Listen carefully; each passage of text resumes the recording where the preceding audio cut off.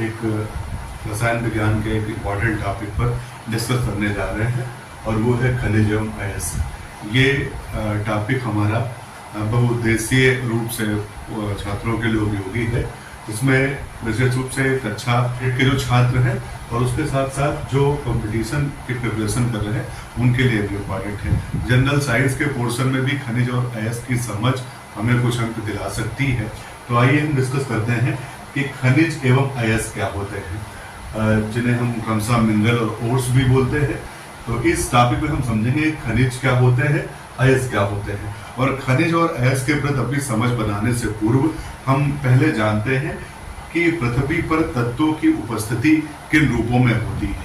देखिए, इस बात से हम सब सुपरिचित हैं कि हमारे चारों तरफ बहुत सारे पदार्थ हैं और पृथ्वी पर सभी पदार्थों के संरचना में, उसके संगठन में विभिन्न प्रकार के तत्व ही शामिल हैं।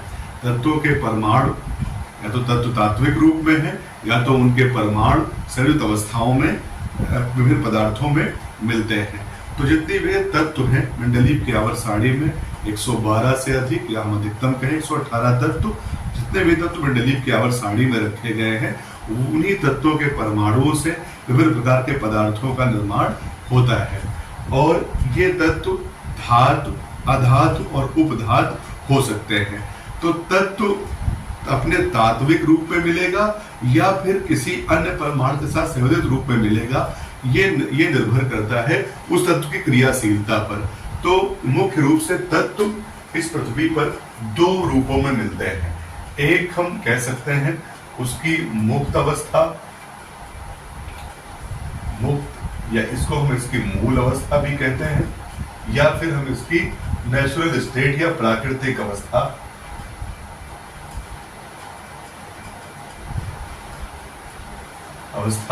या इसको हम उसकी नेटिव स्टेट भी कहते हैं। यानी जब कोई एलिमेंट स्वतंत्र रूप से एकाकी, अकेले मिले, वो किसी अन्य तत्व के परमाणु साथ संयोजित ना हो, तो उस अवस्था को हम तत्व की मूल या प्राकृतिक अवस्था कहते हैं। अब तत्व के एकाकी मिलने के दो कारण हैं। एक तो तत्व की कम क्रियाशीलता या हम कह सकते हैं उसकी अल्प क्रियाशीलता। तो कुछ धातुएं ऐसे, कुछ तत्व ऐसे हैं विशेष रूप से, जैसे सिल्वर, चांदी, आयरन, सोना, प्लेटिनम, ये कुछ धातुएं हैं जो मुख्यतया पृथ्वी पर मुक्त अवस्था में मिलती हैं, यानी किसी अन्य तत्वों के साथ संयोजित अवस्था में नहीं मिलती। इनके अतिरिक्त कार्बन, नाइट्रोजन, ऑक्सीजन, हीलियम, ये कुछ अधातुएं हैं। इसके साथ साथ हीलियम, नियान, आर्गन, ये कुछ अक्रिय गैसें हैं। तो ये तत्व जो है पृथ्वी पर अपनी कम क्रियाशीलता या अक्रियाशीलता के कारण अन्य तत्वों के साथ संयोजित अवस्था में नहीं मिलते। ये स्वतंत्र रूप से पृथ्वी पर मिलते हैं, या तो भूपर्वटी में मिलते हैं या फिर किसी अन्य रूपों में मिलते हैं। इसके साथ साथ दूसरी अवस्था है संयुक्त अवस्था या कंबाइंड स्टेट। नाम से ही परिलक्षित हो रहा है कि जब कोई तत्व किसी अन्य तत्व के परमाणु के साथ संयोजित होकर के यौगिक के रूप में पृथ्वी की किसी न किसी भाग में मिले, तो उन तत्वों को हम संयुक्त अवस्था में कहते हैं। अब संयुक्त अवस्था में मिलने का कारण है उस तत्व की क्रियाशीलता, अत्यधिक क्रियाशीलता ही उसका कारण है। जैसे सोडियम, पोटेशियम, कैल्शियम, मैग्नीशियम, ये जो धातुएं हैं ये प्रायः क्रियाशील धातुएं होती हैं और इनकी क्रियाशीलता के कारण ही ये पृथ्वी में मुक्त अवस्थाओं में मिलती हैं। और इनके साथ साथ कुछ अधातुएं हैं, विशेष रूप से हाइड्रोजन, क्लोरीन, फ्लोरीन, ब्रोमीन, ये अधातुएं जो हैं ये मुख्य रूप, ये अधातुएं अतिक्रियाशील मानी जाती हैं और ये भी संयुक्त अवस्थाओं में मिलती हैं। इनके साथ साथ कुछ तत्व ऐसे भी हैं जो मध्यम क्रियाशीलता वाले हैं। ऐसे तत्व जो मध्यम क्रियाशीलता वाले तत्व होते हैं, जैसे कॉपर, आयरन, इस श्रेणी के जो तत्व होते हैं वो दोनों अवस्थाओं में मिलते हैं, यानी वो मुक्त अवस्था में भी और संयुक्त अवस्था, दोनों अवस्थाओं में पृथ्वी पर मिलते हैं। तो इस बात से स्पष्ट होता है कि तत्वों की प्राप्यता, mode of occurrence of elements on the earth, ये दो रूपों में होता है, मुक्त अवस्था और संयुक्त अवस्था में तत्व पृथ्वी पर पाए जाते हैं। अब हम बात करते हैं खनिजों की। तो वास्तव में ये मुक्त अवस्था, संयुक्त अवस्था में पाए जाने वाले यौगिकों का रूप है। खनिज शब्द खनन से उत्पन्न हुआ है। खनन का तात्पर्य है जो तत्व या जो यौगिक पृथ्वी से खुदाई के द्वारा निकाले जाएं, जो मिनरल्स होते हैं जो माइन करके, खुदाई करके निकाले जाएं, वो यौगिक खनिज कहलाते हैं। अब हमें पृथ्वी की संरचना के संबंध में पता है कि हमारी पृथ्वी सतह से लेकर केंद्र तक जाते जाते 3 पार्ट में बटी हुई है। यानी हमारी पृथ्वी की सतह को हम 3 भाग में विभाजित कर सकते हैं। सबसे ऊपरी सतह ये भूपर्पटी कहलाती है, बीच में मेंटल है और अंत में केंद्रीय क्रोड है।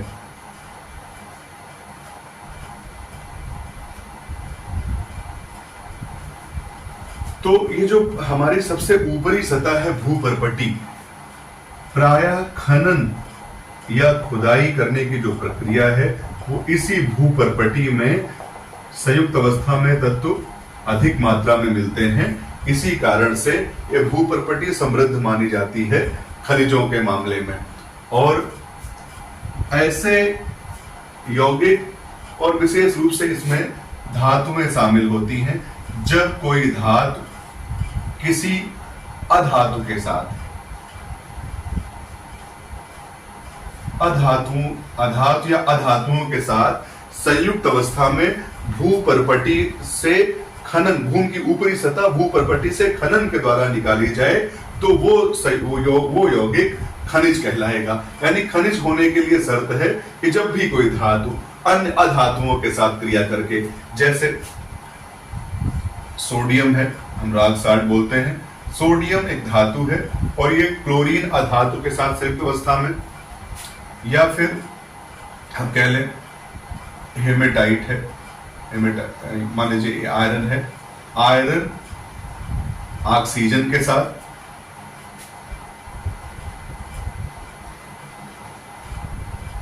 कॉपर पाइराइट है, यहां पर कॉपर और आयरन इस सल्फर के साथ, लेड सल्फाइड के साथ,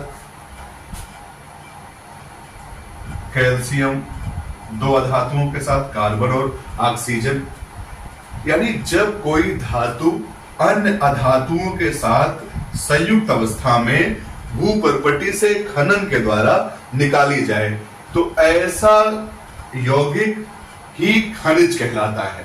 यानी ये जितने एग्जाम्पल हैं, rock salt, hematite, copper pyrite, galena, calcium carbonate और भी तमाम हैं, मैग्नेसाइट, ये सारे के सारे यौगिक खनिज कहलाते हैं। खनिज होने के लिए शर्त सिर्फ इतनी है कि धातु अधातुओं के साथ संयुक्त अवस्था में भूपर्पटी में प्राप्त हो और वहां से उसे खनन से निकाला जा सके। लेकिन खनन के द्वारा निकाले गए इन खनिजों में अगर किसी विशेष धातु